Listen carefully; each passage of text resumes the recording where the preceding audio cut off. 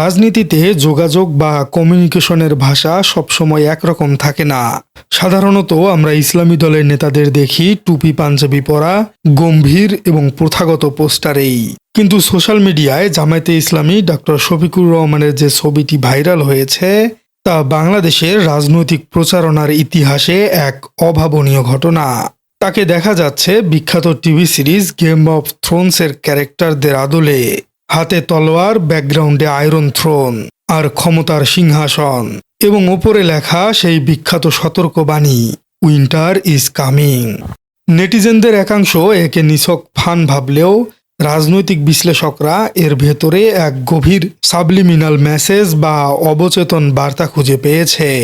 একজন বিশ্লেষক লিখেছেন, উইন্টার ইজ কামিং মানেই সেই গদবাঁধা পুরাণ বন্দোবস্ত যা বারবার দেশের উপর বোঝা হয়ে আসে সেটিকে বোঝানো হয়েছে।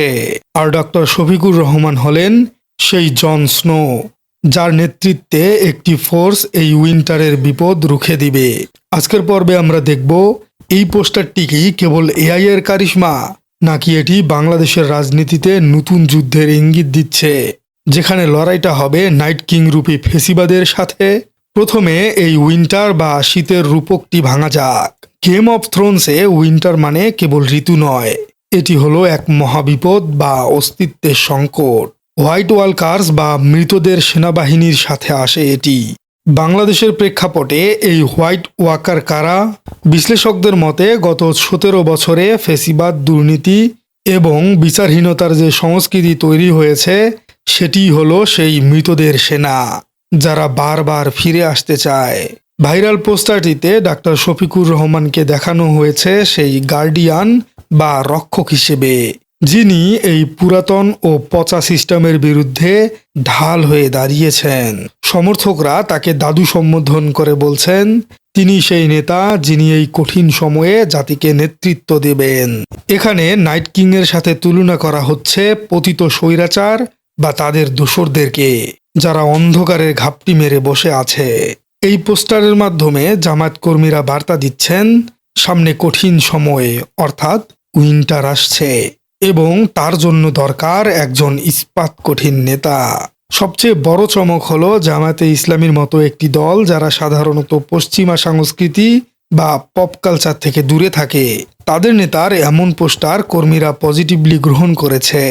একে রাষ্ট্রবিজ্ঞানের ভাষায় বলা হয় political rebranding. Doctor Shafiqur Rahman গত কয়েক মাসে তার নমনীয় আচরণ, হাসিমাখা মুখ এবং সব দলের সাথে বসে চা খাওয়ার মাধ্যমে যে ইনক্লুসিভ ইমেজ তৈরি করেছেন, এই পোস্টারটি সেই ইমেজেরই একটি এক্সটেনশন ভার্সন। এটি প্রমাণ করে জামাতের তৃণমূল কর্মীরা আর আগের মতো রক্ষণশীল খোলসে নেই। তারা এখন গ্লোবাল কালচার বোঝে, তারা মেম কালচার বোঝে এবং তারা তাদের নেতাকে আধুনিক সুপারহিরো হিসেবে দেখতে পছন্দ করে। এই পোস্টারটি জামাতকে তরুণ প্রজন্মের বা জেন জি এর অনেক কাছে নিয়ে গেছে, যা অন্য কোনো গতানুগতিক ওয়াজ বা ভাষণ করতে পারত না হয়তো। গেম অফ থ্রোনসের শেষে কিন্তু সিংহাসন বা আয়রন থ্রোন গলিয়ে ফেলা হয়েছিল, বলা হয়েছিল ব্রেক দ্য হুইল।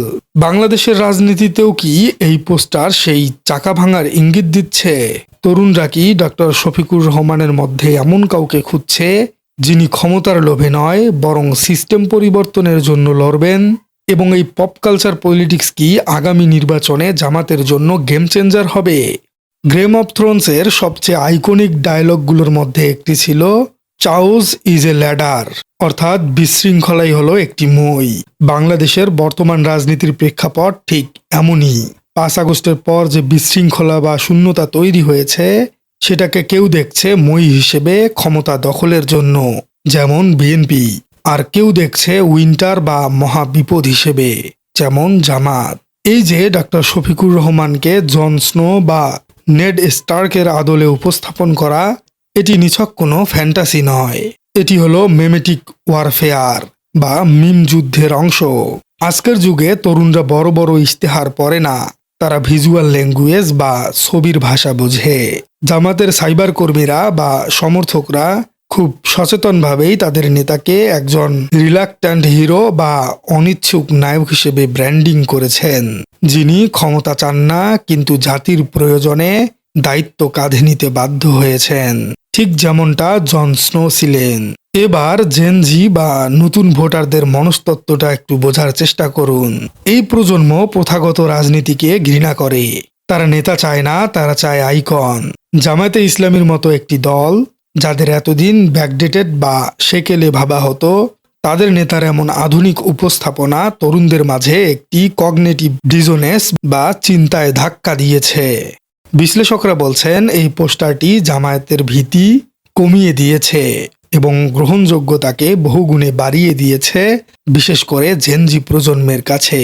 তরুণরা এখন ডক্টর শফিকুর রহমানের মধ্যে একজন অভিভাবক বা দাদু ফিগার খুঁজে পাচ্ছে, যিনি নাইট কিং অর্থাৎ ফেসিবাদের থেকে পুরো জাতিকে বাঁচাতে ঢাল হয়ে দাঁড়িয়েছেন। গেম অফ থ্রোনসের শেষের দিকে ডেনেরিস টারগারিয়ান বলেছিলেন, I am not going to stop the wheel, I am going to break the wheel. করবেন না এবং কোন দুর্নীতিবাজকে প্রশ্রয় দেবেন। বাংলাদেশের মানুষও গত 53 বছর ধরে ক্ষমতার পালাবদলের সেই একই চাকার নিচে পিষ্ট হয়েছে।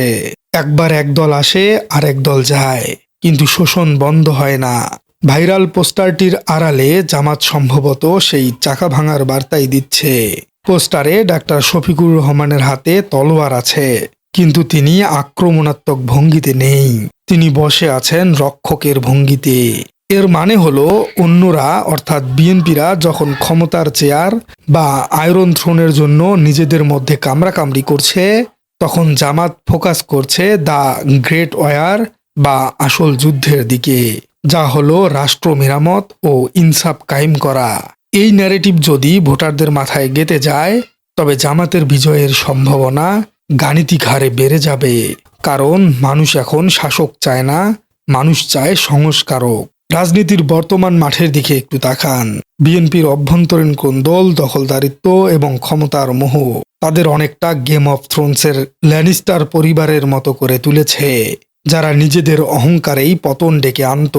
অন্যদিকে জামাত নিজেকে উপস্থাপন করেছে নাইট ওয়াচের মতো, যারা ক্ষমতার কেন্দ্রের বাইরে থেকে দেয়াল পাহারা দেয়, যাতে হোয়াইট ওয়াকার অর্থাৎ দুর্নীতি এবং সন্ত্রাস ভেতরে ঢুকতে না পারে। পাহাড়িদের সাথে জামাতের সাম্প্রতিক ঐক্য, হিন্দু সম্প্রদায়ের মন্দির পাহারা দেয়া এবং বন্যার সময় তাদের যে ভূমিকা, সব এই গার্ডিয়ানশিপ ইমেজের সাথে মিলে যায়। এই পোস্টারটি সেই ইমেজেরই একটি ভিজুয়াল সিলমোহর। ভোটাররা দেখছে একদল ব্যস্ত গদি দখলে, আরেক দল ব্যস্ত দেশ রক্ষায়। এই বৈপরীত্য আগামীর নির্বাচনে ব্যালট পেপারে বড় প্রভাব ফেলবে। এই ঘটনা প্রমাণ করে বাংলাদেশের রাজনীতি এখন আর পল্টন ময়দানের মাইকেই সীমাবদ্ধ নেই। রাজনীতি এখন ডিজিটাল স্ক্রিনে, মিম শেয়ারে এবং পপ কালচারের রেফারেন্সে। ডক্টর শফিকুর রহমানের সেই জন স্নো ক্যারেক্টারটি হয়তোবা কাল্পনিক, কিন্তু এর প্রভাব কিন্তু বাস্তব। এটি জামাতকে একটি স্মার্ট ও আধুনিক দল হিসেবে ব্র্যান্ডিং করছে, যারা সময়ের ভাষা বোঝে। আগামী নির্বাচনে যদি জামাত অভাবনীয় ফলাফল করে, তবে অবাক হবার মতো কিছু নেই, কারণ তারা জানে উইন্টার ইজ কামিং এবং তারা তার জন্য প্রস্তুত। রাজনীতিতে শেষ পর্যন্ত তারাই টিকে থাকে যারা নিজেদের সময়ের সাথে খাপ খাওয়াতে পারে। উইন্টার ইজ কামিং এই স্লোগানটি বাংলাদেশের জন্য কোনো সতর্কবার্তা নাকি নতুন ভোরের পূর্বাভাস? সময়ই এর উত্তর দিবে। তবে ডক্টর শফিকুর রহমান যে রাজনীতির খেলায় নতুন চাল দিয়েছেন, তা অস্বীকার করার কোনো উপায় নেই। যদিও এই পোস্টারটি জামাতের কোনো অফিসিয়াল পোস্টার নয়, তবু এর প্রভাব অনেক সুদূর প্রসারী। প্রিয় দর্শক, আপনার কি মনে হয় এই আধুনিক ব্র্যান্ডিং কি জামাতের তরুণদের ভোট এনে দেবে? এই আদলের পোস্টার আসলে তরুণদেরকে কতটুকু টানতে পারবে? কমেন্টে জানিয়ে দিন আপনার মূল্যবান মতামত। আর আমাদের চ্যানেলে নতুন হয়ে থাকলে চ্যানেলটি সাবস্ক্রাইব করার অনুরোধ থাকলো। দেখা হচ্ছে পরবর্তী কোনো ভিডিওতে। কেউ বিচার বিভাগের উপর কোনো রাজনৈতিক হস্তক্ষেপ করতে পারবেন না।